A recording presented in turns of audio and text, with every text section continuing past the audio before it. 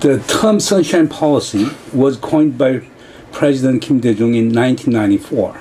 He was defeated in presidential election, and then he went to the United States and he gave a talk at the Heritage Foundation. Initially, he was using the term "the sunshine," as can be seen in the Aesop's, fables. Okay, and what he was telling the American audience at the time was that, look, how U.S. could win the Cold War vis-a-vis the Soviet Union is not because of hard wind, okay, but because of engagement and embracement of the Soviet Union by Reagan. Okay, therefore, what he was then drawing implication to the Korean Peninsula was such that it is better to pursue sunshine rather than hard wind on North Korea. That is the best way to engage with North Korea and to foster change in North Korea. Therefore, the term sunshine policy came in 1994. The sunshine policy, what we call the engagement policy or policy for reconciliation and cooperation. Okay, the official name for the sunshine policy is a policy for reconciliation and cooperation with North Korea. Mm-hmm. But I would say that the sunshine policy has been most misunderstood. Mm-hmm. It is composed of three principles. First principle is we'll never tolerate North Korean military provocation. Mm-hmm. Okay, that's the first principle. Second principle, if North Korea does not resort to military provocation, then will not pursue unification by absorption. Okay, that is the second principle. And third principle is we want to achieve de facto, as opposed to de jure, okay, unification, mm-hmm. by pursuing exchange and cooperation, reconciliation, confidence building, and peaceful coexistence between two Koreas. And particularly sunshine policy aims at creating a union of states, no South Korean states, like European Union. Sure. The North South Korea retains its own sovereignty, mm-hmm. yet by fostering exchange and cooperation, they can create a de facto unification in which there will be free flow of people, goods, and services between the two Koreas. Mm-hmm. Those are the three principles. However, sunshine policy has been subject to a lot of critique from the conservative camps. First, they argue that the sunshine policy is a good example of appeasement policy, unilateral giveaway, okay, to North Korea, what they called perjugi. Okay, therefore, in other words, the sunshine policy lacked reciprocity. It is just one side love affair over North Korea. First critique focused on that one, and second critique focused on that the sunshine policy as an appeasement policy, okay, removed sense of urgency in national security among South Korean people. Okay, in other words, sunshine policy is a policy for reconciliation and peace. Okay, and it de-emphasized the importance of security. Okay, and instead, sunshine policy emphasized the importance of peace.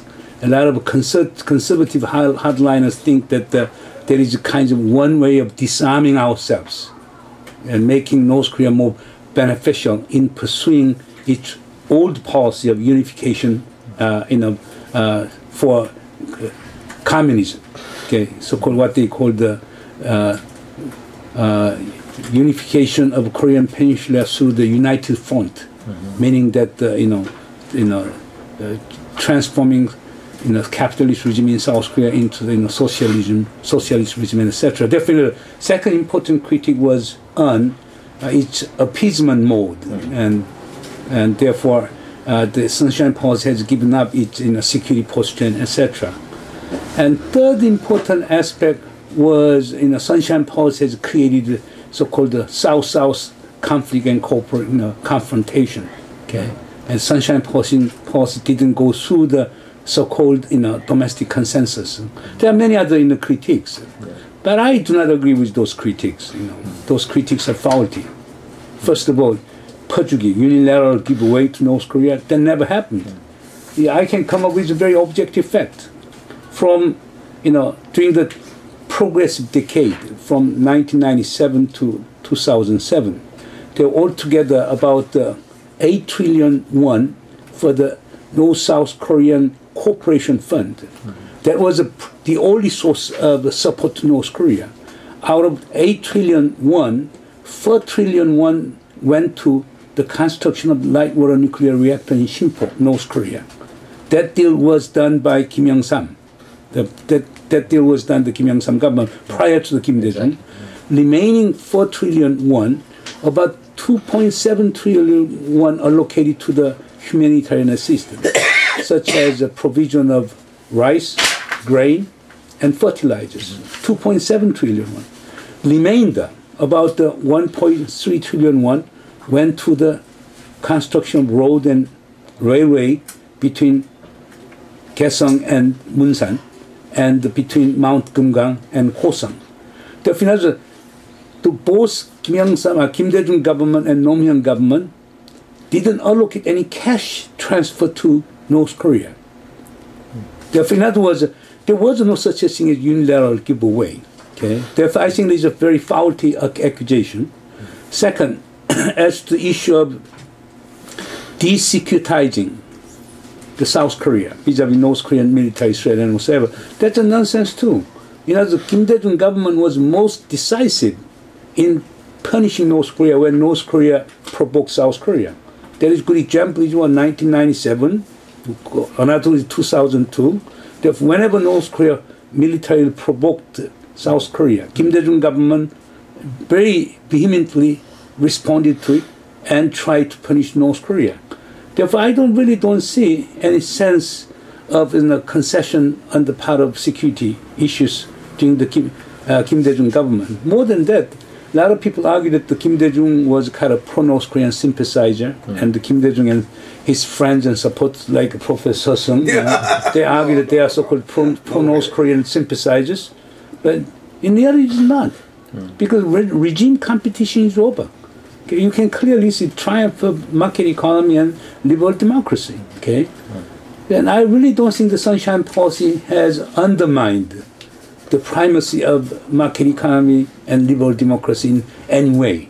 Okay, but the conservatives were criticizing that being pro-North Korean sympathizers, Kim Dae-jung, Nom-hyun, and their followers, okay, was trying to undermine the regime character of the Republic of Korea. That's a really groundless, the criticism. And likewise, most of the critiques raised by the conservative hardliners seems to be very faulty, distortive, and even groundless. But President Kim Dae-jung had a high hope of really creating peace and stability in the Korean Peninsula by pursuing the Sunshine Policy. And his Sunshine Policy was predicated on the dissolution of colder structure. And for him, the dissolution of colder structure could have been manifested in terms of DPRK-US diplomatic normalization and DPRK-Japan diplomatic normalization. Okay? But that didn't take place because he had the most important, he encountered two major barriers. One is American factor. The advent of the Bush administration screwed up the entire Sunshine Policy. Yeah. But on the other hand, domestic political barrier too. Hardline conservatives continue to play in the destabilizing role in the pursuit of the Sunshine Policy. I was the only person who attended the first Korean Summit 2000 and second Korean Summit 2007. Therefore, and also during the Nom-hyun period, I was serving as the chairman of Presidential Commission on, Northeast Asian Cooperation Initiative, which was a cabinet level post. Therefore, I was directly involved in the formulation of policy on North Korea as well as on the region. They wanted to have a peaceful coexistence with South Korea. They wanted to promote exchange and cooperation with South Korea. They wanted to get more assistance from South Korea. But whole point for them, whole point is root cause is the United States. As long as America pursues hostile intent and hostile policy in North Korea cannot really, happily come out and open, the welcome opening and reform. Yeah, then North Koreans argue that look at, China and Vietnam.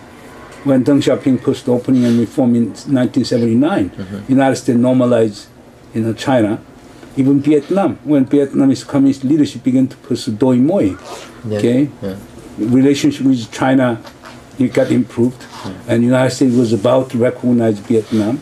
Therefore, North Koreans saying that you recall, of course, we are politically different. Our system is different from your system. We are not democratic, they're saying. Okay, we have Juche system. And they're saying that, yeah, we are kind of a Kim dynasty. Okay, but that's a political fact. You recognize us as it is.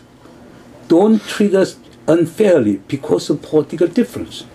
But I think the argument makes a whole lot of sense. Because North Korea has been always trying to have a better relationship with the United States. They wanted to win the recognition of the United States, but it was the United States which has been just rejecting North Korean call. Why? I don't know, because it's Washington bureaucracy and the value and ideology embedded in the United States. Maybe they just want to stay in the South. No, because they're stupid.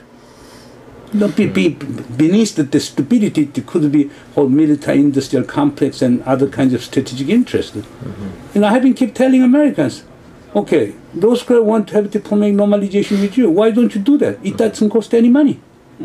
Okay, if North Korea show any provocative behavior, rogue behavior after diplomatic normalization, the threat of severing diplomatic ties will be much harder punishment and disincentive to North Korea than what they are doing now. What they are doing now. Yeah. But I really don't think the United States has ever given that kind of chance. But the American position is this: okay, you prove yourself. Okay, you get rid of nuclear weapons, missiles, and etc. Everything. Then we'll normalize diplomatically, because North Koreans do not consider South Korean military as a major factor. Because South Korea is, in fact, under the wartime operational control. The wartime operational control of South Korean forces belong to the American commander in South Korea. Therefore, North Korea thinks that the real threat comes from the United States, not from South Korea. Because South Korean military is being dictated by the American military forces in South Korea. Therefore, for them, primary source of their concern is that conventional as well as a nuclear threat coming from the United States. That is why they want to have a strike deal with the United States, not with South Korea. But I think that with even Chairman Kim Jong-il, when he had a meeting with President Kim Dae-jung during first Korean summit in 2000, Chairman Kim Jong-il said that it is okay for you to maintain American forces in South Korea as long as they do not threaten North Korea. Okay, they can be regional stabilizer. Yeah. Because even Kim Jong-un said we had, from historical point of view, we had a very bitter memory with China and Japan. Yeah. China and Japan have been invading us all the time. Then the country which is far away from the Korean Peninsula, such as the United States, could serve as a stabilizer. But do you yourself, you see any threat from China and Japan? I don't see threat, but a lot of other people in South Korea, they think so. Okay? All this Dokdo issue, But again, you're right, because as long as we maintain alliance with the United States, then we should assume common threat and common enemy. Yeah. Okay, then we cannot get away from the perpetual security dilemma. Okay. But are you optimistic about reunification in a decade from now? But it all depends how you define unification. Become one country again called Korea, no South, no North. No, but if we achieve unification in the form of a union of South Korean states, it's very doable. Within even 5 to 6 years. Like for example, the two Yemen became one called Yemen. Vietnam, same thing, and other countries as well. No, you are the only one left. Which is true. But in the case of Yemen, it was a unification based on consensus. But later, North Yemen just devoured South Yemen. Exactly. Yes. Vietnamese case, unification by force. Okay. And German also. The German is unification by absorption. Yes. Okay. Yes. German model. The Korean model, we should push different model. It's an incremental and consensual model, and it's better for two countries maintain their sovereignty for the time being. What is important right now is reduce tension, foster peaceful coexistence, and realized free flow of people, goods, and services. Yeah. If you can achieve these three goals, then I would say that is the same as unification. But that kind of unification may not be difficult. But if you wanted to like unification based on concept of one sovereignty, like a federation, confederation, or a single unified nation state, it will take time. Why? If it is going to be a consensual, then the unification model should be achieved through the national referendum in both North and South.